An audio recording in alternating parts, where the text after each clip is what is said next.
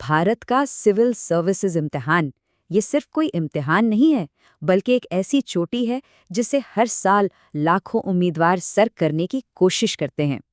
ये सिर्फ इल्म को नहीं परखता, बल्कि ये देखता है कि मुल्क के मुस्तकबिल के रहनुमा सोचते कैसे हैं। तो आज हम 2024 के पर्चे का सिर्फ एक सफ़ा उठाएंगे और उसका गहराई से तज्जिया करेंगे, ताकि ये समझ सके कि ये इम्तिहान आखिर जांचता क्या है। ये एक सफ़ा समझें कि ये हमारी केस स्टडी है। देखने में तो ये सिर्फ चंद सवालात लगते हैं, लेकिन असल में ये एक आईना है जो हमें दिखाता है कि मुल्क के मुस्तकबिल के मुंतज़मीन से क्या उम्मीदें रखी जाती हैं। तो आइए इसका जायज़ा लेते हैं और इसके पीछे छुपे हुए पैटर्न्स को समझने की कोशिश करते हैं। तो जब हम इन सवालात को देखते हैं ना, तो ये सिर्फ एक फहरिस्त नहीं है, ये एक पेचीदा जाल है जो किताबी इल्म से कहीं ज़्यादा गहरी चीज़ों की जांच करने के लिए बनाया गया है। तो असल सवाल ये है कि ये इम्तिहान चाहता क्या है? क्या ये सिर्फ रट्टा लगाने की सलाहियत को जांच रहा है, या फिर इसके पीछे कोई और मकसद है? आइए अगले चंद मिनटों में इसी सवाल का जवाब तलाश करते हैं। चलें पहले सवाल से ही शुरू करते हैं। ये सवाल हमें सीधा अफ्रीका के साहिली खित्ते में ले जाता है, जहां बैनुल अक़वामी उमूर और जोग्राफियाई सियासी अदम इस्तेहकाम का एक बड़ा मसला चल रहा है। अच्छा, अब इस सवाल में जो चीज़ वाकई दिलचस्प है ना, वो ये है कि ये दो बयानात देता है। पहला, साहिल के इलाके में मुसलसल अदम इस्तेहकाम है। दूसरा, इसी इलाके में हालिया फौजी बगावतें हुई हैं। इम्तिहान देने वाले को ना सिर्फ ये जानना है कि ये दोनों बातें सच हैं, बल्कि उनके दरमियान का ताल्लुक भी समझना है। क्या एक दूसरे की वजह बन रहा है? ये एक गहरा सवाल है। तो असल बात यह है कि ये सवाल सिर्फ साहिल के बारे में नहीं है। ये इस बात का इम्तिहान है कि क्या एक उम्मीदवार दुनिया भर के वाक़यात पर तनकीदी नज़र डाल सकता है, वजह और असर के दरमियान ताल्लुक बना सकता है, और बज़ाहिर अलग थलग नज़र आने वाले वाक़यात में एक बड़ा पैटर्न देख सकता है या नहीं। ठीक है, तो दूसरा सवाल हमें आलमी मंजरनामे से हटाकर सीधा मुल्की क़वानीन की गहराई में ले जाता है। यहाँ पैमाना आलमी से कौमी हो जाता है। ये सवाल दो बिल्कुल अलग अलग दुनियाओं को एक साथ ले आता है। एक तरफ तो वसी इक़्तिसादी इल्म है और दूसरी तरफ एक बहुत ही ख़ास कानून।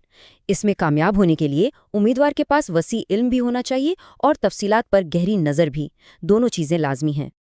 और अब हम अगले दो सवालात की तरफ बढ़ते हैं, जो हमें सीधा भारतीय पार्लियामेंट के पेचीदा उसूलों और ज़ाब्तों की दुनिया में ले जाते हैं। अगले सवाल का तज्जिया करने से पहले आइए एक अहम तस्वुर को जल्दी से समझ लें। Casting vote. ये वो फैसला कौन वोट होता है जो स्पीकर सिर्फ उस वक्त इस्तेमाल करता है जब किसी मसले पर वोट बराबर हो जाएं। ये एक बहुत अहम इख्तियार है।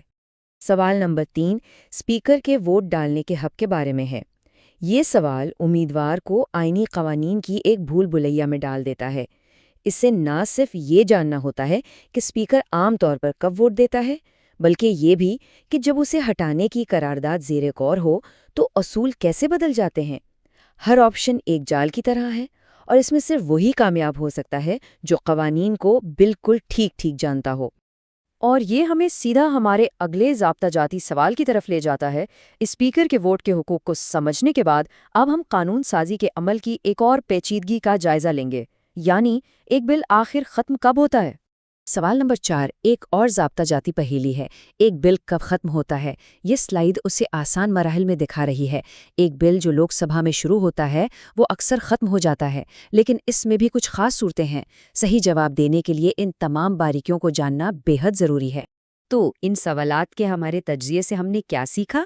अब वक्त आ गया है कि हम अपने नताइज को इकट्ठा करें और इस इम्तिहान के बारे में एक बड़ी तस्वीर देखें।